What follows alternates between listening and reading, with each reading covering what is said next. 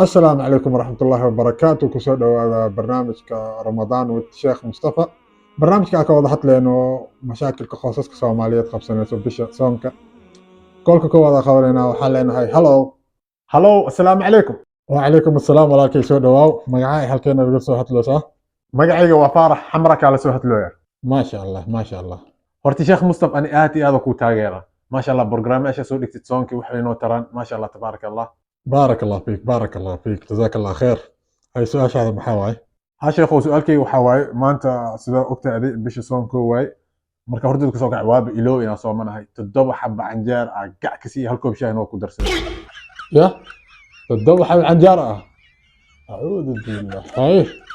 su'aalkayga waxaa waaye soonkay ma jira mise ka kac waaye lacbiish waaye تدوب عنجارة way badan tahay بس دام hilmaamta soonkaada laa khilaaf calيه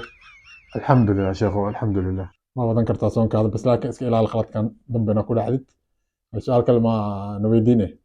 ha sheekh su'aal kale rabo inaan ku weydiiyo ha haddana markaa duhur la gaare haddana mar kale iloow inaan soomanahay saxan bariis iyo hilib aa cunay hay maxaa kula cunta bariiska iyo hilibka والله شيخو موس انصالات بسباس عسير hal ahaan dhinac cunays hal mar xataa nidaam soo dhicin inaad sooman tahay اه ما يا شيخو soonkaa soon cajiib ah waqti rabta ilooway wixii rabta cunay haddana waa soo xasuusanay maxaa soonkaada laa yajuuz ya akhi laa yajuuz ma anfacaya هاي شيخو انا هذا صونكي مجرى بس ما حسمينا